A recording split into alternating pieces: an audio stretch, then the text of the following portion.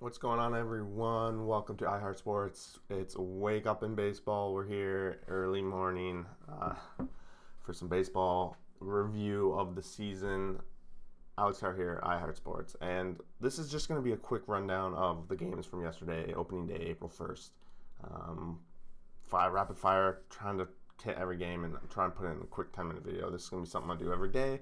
Please like, please subscribe. We're going to be running these back. So starting things off here, we got the Blue Jays, New York Yankees. Just want to make sure everything's good to go. Microphone, I just filmed this one and realized the microphone was not working the whole time. So we're doing a second run through. This is probably one of my favorite games of the day, honestly.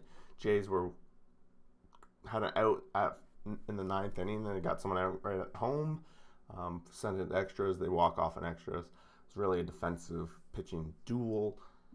Home runs in this one, Teoscar Hernandez for the Blue Jays. We got Gary Sanchez for the Yankees.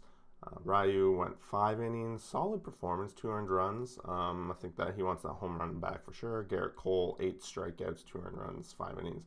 Both pitchers didn't last too long, but turned it over to bullpens, and the bullpens were great. One thing I noticed yesterday, that the losing pitchers in the relief get the loss in the 10th inning games. I find that's crappy for them for sure. Next up, we have the Tigers, 3-2. They got out to a quick early lead here and didn't really look back. The Indians' offense continued to struggle, at least carrying over from last season. We're hoping they don't keep that on. They did tack on 2 in the ninth, 1 solo home run. Miggy Cabrera hit his 488th home run of the season, and we got to be happy about that. He's chasing 500, and what can we do, right? And then we had Perez hit a home run for the Indians. Bieber, 12 strikeouts over 6 innings, gets the loss, 3 earned runs, but if he can put up 3 earned runs every game, 12 strikeouts, on any other team, I guess I should say, those are wins, but on this particular team, it's hard to say. Brewers 6, Twins 5. This is the first big comeback of the day. It was early on in the day. The Twins were up big, 5-1 or 5-2. Travis Shaw had a really good game. Two hits, 3 RBIs. But coming in clutch, got a walk at a clutch time, got his double at the clutch time. Buxton with the home run.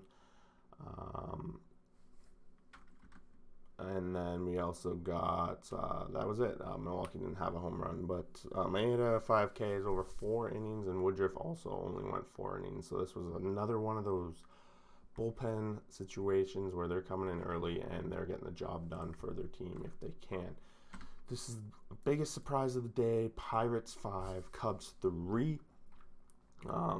Cubs struggled. Hendricks struggled right out the gate here.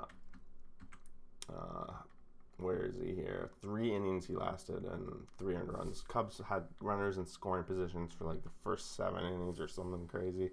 Cubs, it showed last year a little bit, but they didn't get their offense going again this game.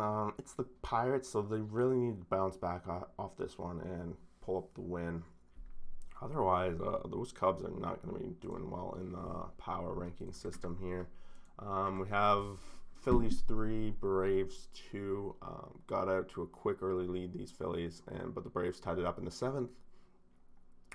Home run, Pablo Sandoval was the home run for the Braves. Wow. Came in pinch hit for the pitcher at the time. Got a home run, and that was the only one in this game. This again went to a 10th inning. Nola had an amazing game. Couldn't quite get out of the 6th. I guess the 7th. Couldn't quite get out. I guess they put him in trying to get the lead. Couldn't get out, 6 strikeouts, and honestly tied the game up potentially. Kept him in a bit too long, but can you blame him? The Phillies had a rough bullpen last year, so to rely on them early. But they've come away with the win in extra innings. Dodgers, defending champs, they came into Coors and they were handed the first L of the season. They're 0-1, probably will be their worst win record all year. We have some craziness. If I recall, there was no home runs except for I'll get to in a second. But Kershaw struggled, 5 earned runs over almost 6 innings. He always somewhat struggles in Coors, so I'm not going to read into it at all. We got Marquise, 6 walks. That's something to keep an eye on. And of course, it's Coors, so there's tons of offense in this one. But the biggest thing for me, Bellinger technically got a home run, but it's not going to be scored as a home run. Went over the park, but Justin Turner on the bases, running the bases. Thinks it's caught at the wall, so he starts running back to first base because he has to tag up, and he gets lapped. So Bellinger actually ends up getting out. Doesn't count for a home run. Instead is an RBI single. Very interesting situation. I don't think I've ever seen anything like it. So now we got the Padres, Diamondbacks, 8-7. Padres out to a big lead, and honestly, I stopped watching at that point. I thought it was over. It was 6-1, but Arizona came back with a 6-run, 6th inning. To put it in contention, Hosmer, home run for the Padres, home runs for the Diamondbacks. We got Marte off Darvish, and Vogt as well got one in this one. Bumgarner, 6 earned runs, so he's off to a poor start, but it's Padres, so can you really blame this guy? Darvish didn't even last 5 innings either, 4 earned runs.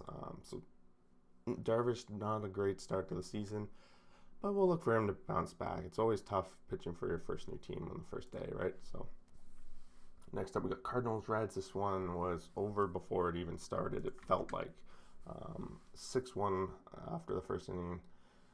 And Castillo really struggled, but he did eventually settle down, I guess. I don't know if he made it to that 4th inning. He probably did. He went 3.1, 8 earned runs. They really left him in on this one to dry. Flaherty didn't do too much better, 6 earned runs over 4 innings. But the highlights here, Goldschmidt with 2 home runs. 2 doubles. He almost got the home run, but Carlson with a home run, O'Neill with a home run. And for the Reds, we got Castellanos and Edward Suarez with home runs. Just highlighting here, Arenado, 2 hits in his debut, so 1 RBI. It's got to be exciting for Arenado. Reds a little bit struggling, but at least they saw their offense come alive a bit in this game. And I doubt they'll have such a bad pitching as last time. This game was a crazy one. 14, Kansas City, 10. For the Texas Rangers. 5-5 after the first. When Texas went up 5-0, I was like, oh, geez. And then Kyle Gibson was like, hold my beer. We're going for it. And 5 earned runs. He lasted 0.1 of an inning. And Keller actually got out of that first inning, but then they pulled him immediately after. Like, if we're looking here, like, there's just runs everywhere. When we go to home runs, we got Taylor for Kansas City, Solar. And for Texas, actually no home runs, all generated these runs. So let's just highlight some of these players. Dahl, 3 hits. We got Nate Lau, who's coming in for Guzman, 2 hits, 4 RBIs. And then if we're looking on the other side, 3 hits for Merrifield, 2 RBIs. And then Taylor at the bottom, 3 hits, 3 RBIs. Like, just overall crazy offense for both teams. I'm sure leading into their next games, they're going to be like, let's get some pitching.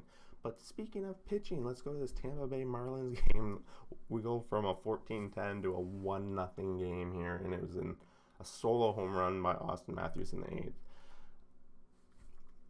8th. Right at the start of this game, bases were loaded when Tampa Bay was up in the first inning here, but I guess that didn't matter. Alicanto got out of it, 7 Ks over 6 innings, solid quality start, and then Glasnow just pitched a gem, 1 hit, 6 strikeouts. Not a whole lot to say here. Offense pitching was just killer, and the Rays continue to get it done in these kind of games. Rightfully so, I guess so, right? Next up, we got the Angels coming out with a big win. Bottom of the 8th, they had a comeback. They scored 2 runs. Let's take a look at Trout, Upton, Pujols, key to the late rally. So Trout's making front page here, which is exciting for them. Stassi with a home run for the Angels. Adam Eaton with a home run for the Chicago White Sox. Trout went 1 hit, but right down the stretch, 2 walks already. Probably only a matter of time before he's leading the league in walks this year. And let's see, Pujols got the 1 RBI. Must have been like a sac fly in that one. I didn't watch this one. So Dylan Bundy went 6 innings, 6 strikeouts, 3 earned runs.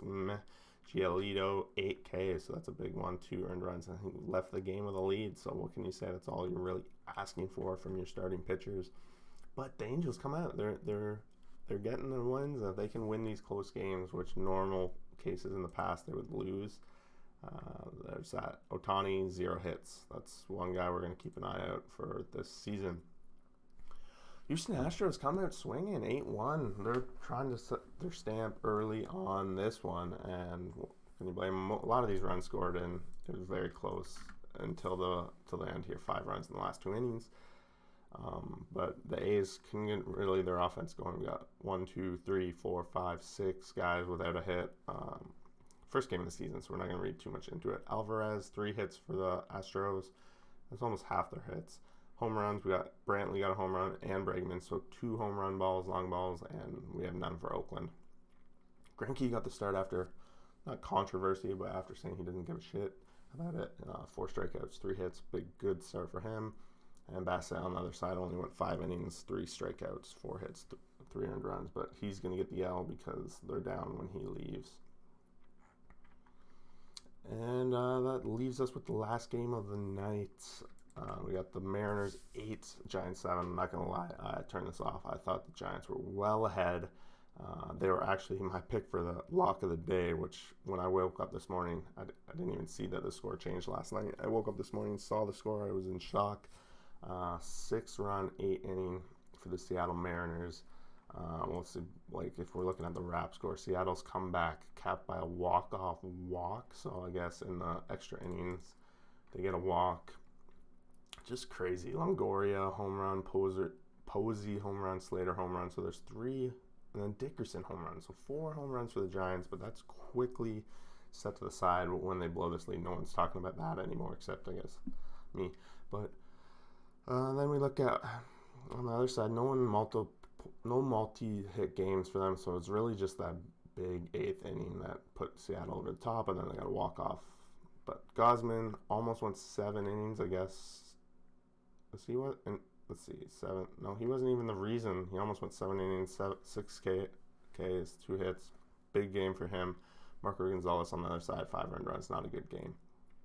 And yeah, that pretty much wraps it up. That's Wake Up in Baseball. Just ripping through the box scores, trying to see some of the scores and stuff like that. One thing we can probably do, let's take a look at MLB.com. Any crazy news on the front page here? It doesn't look like it. Greinke, blah, blah, blah. We could talk about the contract, but I want to do something else about that. But so, not really anything else to talk about. That's Wake Up in Baseball. Hopefully this stays within 10 minutes. That's really the goal of these things. Quick rundown of the scores. If you have anything to add to what happened yesterday, that'd be great. Thanks. We'll see you for the next video.